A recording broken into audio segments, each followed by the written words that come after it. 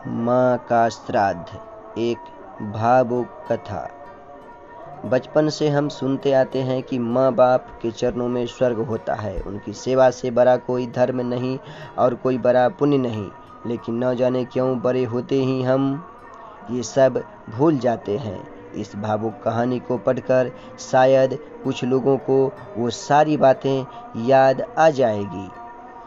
दीदी, याद तो है ना? कल माँ का श्राद्ध है।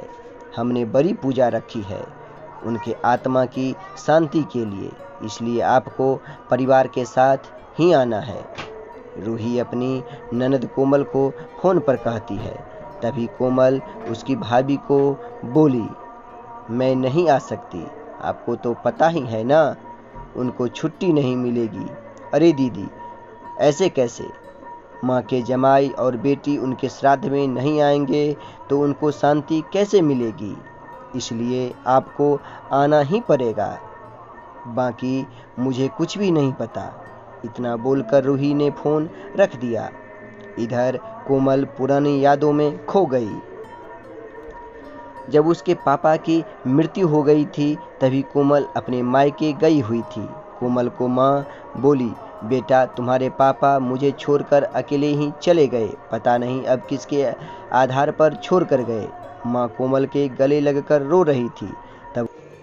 तब कोमल बोली, यह सब लोग तो है ना भैया, भाभी और बच्चे, तो चिंता क्यों करती हो? कोमल कई दिनों तक अपनी माँ के पास रहकर आई थी, लेकिन हमेशा ज़्यादातर फ़ोन पर बोलना होता था। कभी कॉल पर तो कभी वीडियो कॉल पर बोलना होता था। बेटा क्या बनाया तूने? एक दिन माँ ने वीडियो कॉल पर पूछा। माँ, आलू की सब्जी और रोटी बनाई है, कोमल ने जवाब दिया। माँ बोली, अरे वाह। सब्जी का नाम सुनते ही माँ की आंखों में एक अलग ही चमक देखने को मिली जो कोमल को दिखी। तभी कोमल माँ को बोली, माँ तुम्हें खाने का मन हो रहा होगा तो भाभी को बोलो बना कर दे। कोमल हंसते हुए माँ से बोली। तभी माँ बोली, नहीं नहीं, अब इस उम्र में आलू कहाँ पचते हैं, मैं तो ऐसे ही बोल रही थी। जब तुम्हारे पापा हुआ करते थे तब बहुत बार बनाती थी। भाभी का तो नाम लेते ही जैसे माँ की आंखों की चमक गायब सी हो गई। माँ ने कॉल रख दिया। माँ को क्या हो गया, ऐसे क्यों बोल रही थी? वहाँ सब ठीक तो होगा ना? कोमल अपने आप से बातें कर रही थी।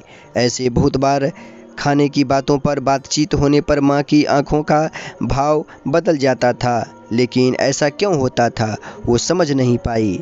लेकिन इसके पीछे का राज उसके समझ में आया जब वह छुट्टियों में 2 दिनों के लिए मायके गई थी। एक दिन कोमल माँ के कमरे में माँ के साथ गपशप कर रही थी। तभी दीदी खाना खाने चलो। रूही की माँ के कमरे में आकर कोमल को बोली, चलो माँ तुम भी खाना खा लो। कोमल उठते उठते बोली, अरे दीदी नहीं नहीं, माँ को क्यों तकलीफ़ देना, वह यहीं पर ही खाना खा लेगी, आप चलो। रूही बोली, लेकिन भाभी लेकिन कुछ नहीं दीदी, आप चलो, माँ के घुटनों में दर्द होता है इसलिए माँ कमरे ही में खाना खाती है। रूही स्पष्ट रूप से बोलती है, तो फिर भाभी मेरा भी खाना यहीं पर लाओ, हम दोनों साथ में खाना खाएंगे, ऐसे कोमल अपने भाभी को कहती है।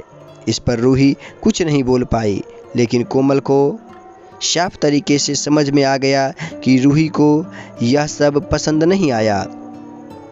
वह चुपचाप वहाँ से निकल गई और थाली में पूरी सब्जी, रायता, अचार लेकर आई और माँ के लिए खिचड़ी। माँ यह क्या है, तुम यह सब नहीं खाने वाली हो क्या?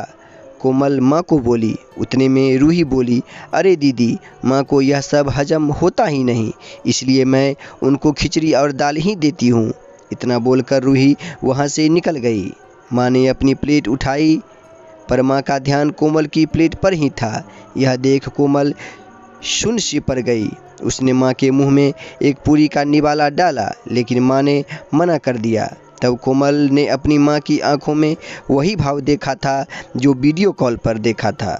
पता नहीं भाभी का डर था या लड़की के निवाले का मोह था। तब भी कोमल ने पूरा खाना माँ को खिलाया और खुद खिचड़ी खाने लगी।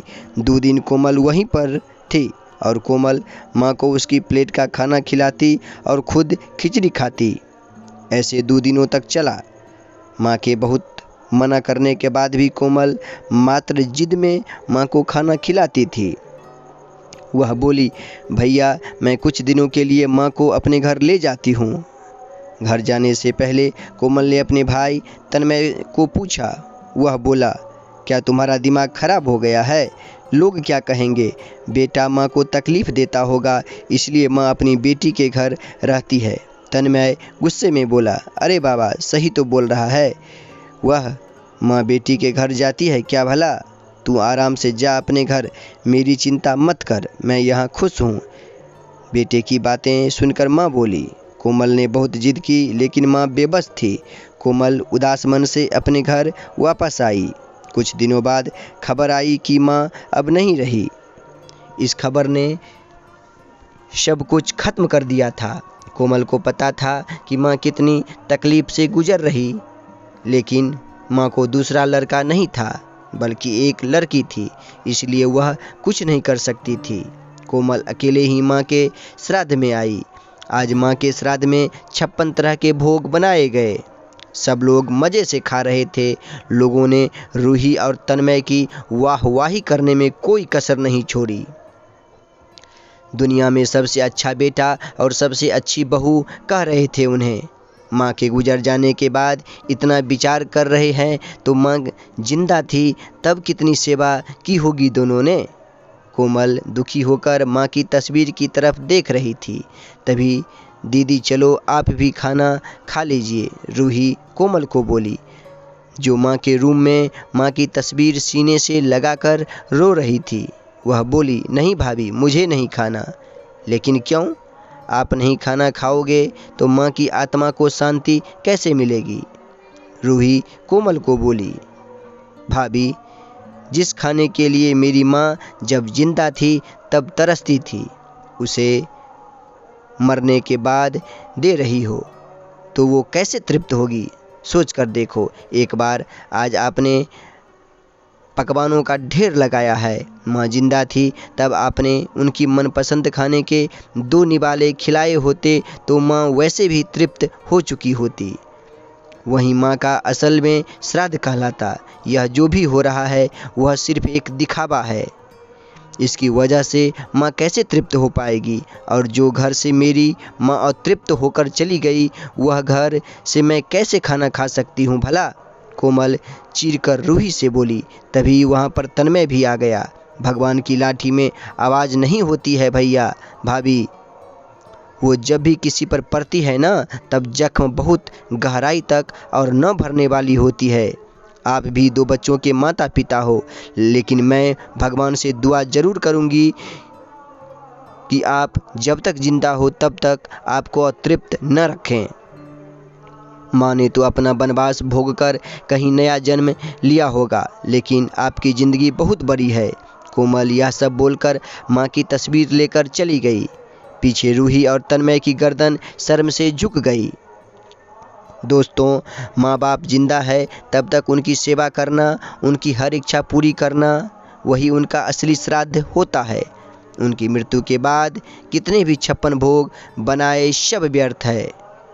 दोस्तों, अगर ये कहानी आपको अच्छी लगी हो तो आप अपने इस चैनल को लाइक, शेयर एंड सब्सक्राइब जरूर करें। जय हिंद।